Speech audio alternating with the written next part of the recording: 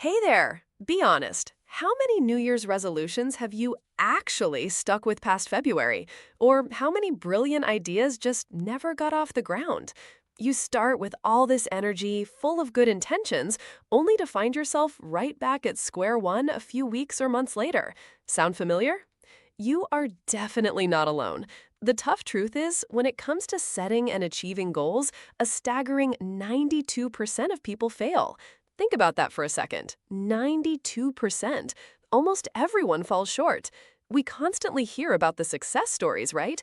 But what about the vast majority who are out there struggling? What's really going on here? Why do so many of us stumble when we try to build new habits or reach those big, exciting dreams?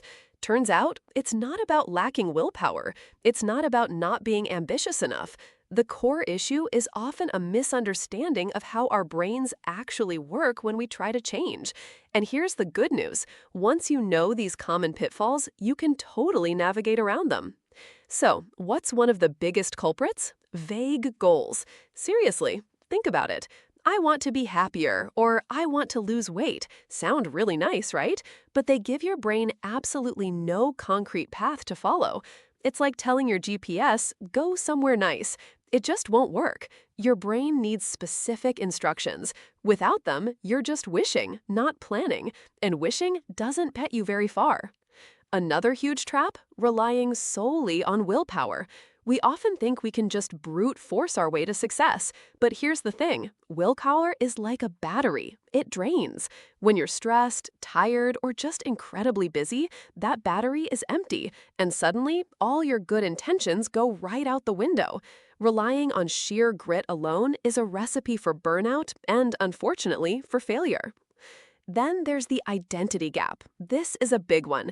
If you secretly still see yourself as someone who always struggles with money or someone who isn't fit, then no matter how many times you say, I'll save money or I'll go to the gym, your subconscious identity will often win out. It pulls you right back to your default. Your current self-image dictates your actions much more powerfully than your aspirations do. We also tend to focus only on that big, shiny outcome, not the tiny, consistent actions required to get there. We dream of the finish line, that six-pack, that promotion, the published book, but we completely forget to plan the actual steps for the race itself. And when those daily steps aren't clear, actionable, or even immediately rewarding, we just lose steam. We give up. That daily grind feels overwhelming because it's not connected to a tangible, step-by-step process. And finally, a huge one, a lack of tracking, accountability, or, crucially, self-compassion. We stumble once, we feel like a complete failure, and then we just abandon the whole mission. We expect perfection from ourselves, and when we don't achieve it, we decide the entire endeavor is pointless. That self-judgment is a killer. So if 92% fail, what exactly does that successful 8% do differently? Here's the secret. They leverage the very same science that trips up everyone else, but they use it in their favor. They understand the operating manual for human behavior, and you can too. First, they get smart. Not just intelligent, but SMART for their goals. Specific, measurable, achievable, relevant, and time-bound. Instead of, I want to lose weight, it becomes, I will walk for 30 minutes, 5 days a week, for the next 8 weeks to improve my cardiovascular health and lose 5 pounds. Now your brain has a clear roadmap, and you can clearly see if you're making progress. See the difference? Second, they shift from those big outcome-based goals to small process-based habits. Instead of, I want to write a book, it transforms into, I will write 500 words every morning before checking email. The focus here is entirely on that daily action, which is within your control, rather than that distant, sometimes overwhelming result. The process itself becomes the win, not just the outcome. And crucially, they cultivate an identity-based approach. Instead of doing a habit, they actually become the person who has that habit. It's powerful. I don't try to be a runner, I am a runner. I don't try to save money, I am a financially responsible person. This aligns your subconscious with your conscious goals, making consistency feel natural, not forced. Your actions become a reflection of who you truly believe you are. They also master environment design and something called habit stacking. What does that mean? Make the right choices incredibly easy and the wrong choices incredibly hard. Put your running shoes right by the door, lay out your healthy breakfast ingredients the night before, and stack new habits onto existing ones. After I brush my teeth, I will do 10 push-ups.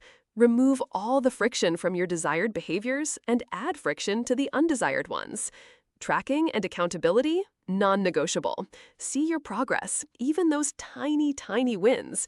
Use an app, a simple journal, or just a calendar to mark off your days. Share your goals with a friend, a coach, or a community. Knowing someone's watching, or just seeing your progress on a chart, provides powerful motivation and keeps you engaged. And perhaps most importantly, successful goal setters practice self-compassion and truly embrace setbacks. They understand that progress isn't a straight line. A missed day isn't a reason to quit, it's just a single data point. They get right back on track without judgment, recognizing that perfection is truly the enemy of good. They view stumbles as a normal part of the learning process, not a sign of failure. They also connect to their deepest why. Why do you truly want this goal? What values does it serve? Is it for freedom, for health, for creativity, for connection? This emotional fuel is what keeps you going when your willpower starts to wane and the journey gets tough. And finally, they celebrate those small wins. Our brains absolutely love rewards. Acknowledging tiny victories along the way, no matter how small, hitting your daily word count, choosing water over soda, completing a workout, it releases dopamine. That makes the process more enjoyable and it reinforces that positive behavior. It makes you want to keep going. So, if you've ever felt frustrated by your goals, please remember this. It's not you, it's almost always the strategy. By understanding the science behind why most people fail, you can adopt these powerful, proven strategies that allow the successful few to truly thrive. It's not about more willpower, it's about smarter goal setting. It's about working with your brain, not against it. Now, what goal will you set today? And more importantly, how will you make it stick? Let me know in the comments.